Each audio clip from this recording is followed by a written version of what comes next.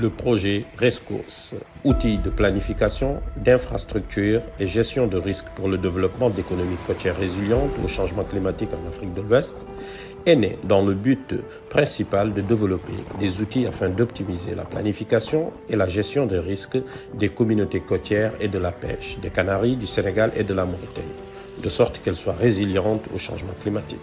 Ce projet, à vocation transnationale, montre combien les défis environnementaux et les enjeux climatiques ne peuvent se solutionner qu'à travers une coopération internationale et l'implication des différents corps socioprofessionnels, allant des experts aux populations cibles en passant par les universitaires.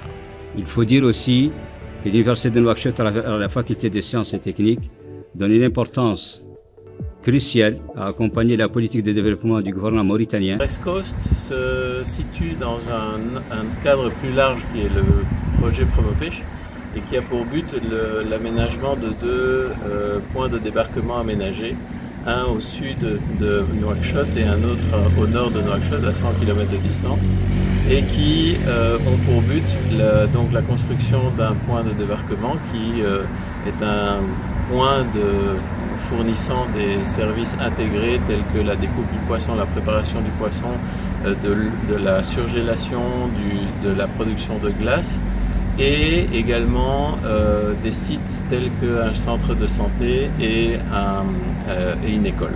Les installations ont été reliées à un micro-réseau avec des équipements fournis par l'ITC pour l'exploitation des ressources du littoral dans cette enclave.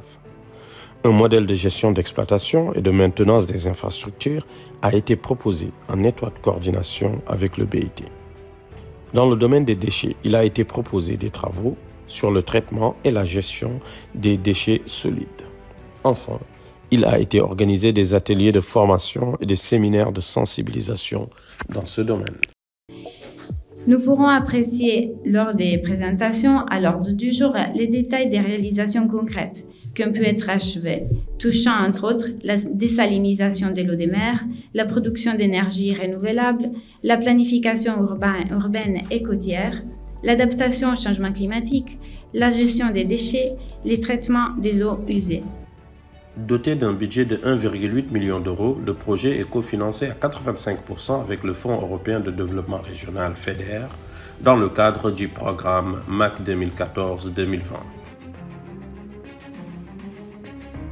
Aussi, on a développé des travaux de recherche pour des protections.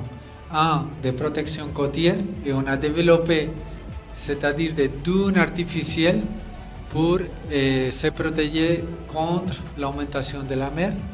Et l'autre grand problème en Mauritanie, c'est les invasions des dunes. Cet accompagnement à vocation inclusive et professionnelle se poursuit au niveau de la Faculté des sciences et technologies de l'Université de Nouakchott. Les actions qui ont été menées en Mauritanie se concentrent sur 2 sites de pêche.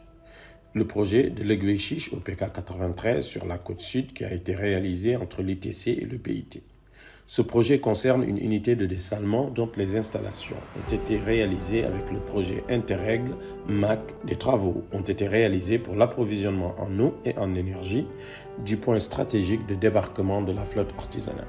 Des équipements ont été aussi mis à la disposition des bénéficiaires. Pour le deuxième site en Mauritanie, le projet a été réalisé à Mhiri-Jrat, au nord de Nouakchott. Ce projet a une réelle incidence sur ce village de pêcheurs. Ainsi, on peut noter la réalisation d'une étude technique d'aménagement du territoire et d'un urbanisme résilient.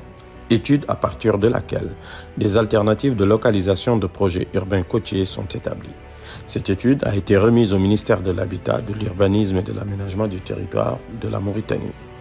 Il faut souligner que le projet RESCOS, avec ses activités qui ont été développées, apporte une méthodologie d'approche, d'actualisation, de développement de la zone côtière au profit des pêcheurs mauritaniens.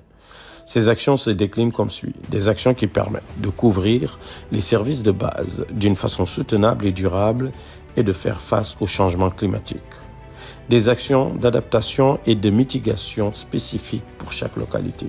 Des actions validées et exploitables à d'autres communes similaires en Afrique et dans d'autres continents, avec une ressemblance des conditions et problématiques.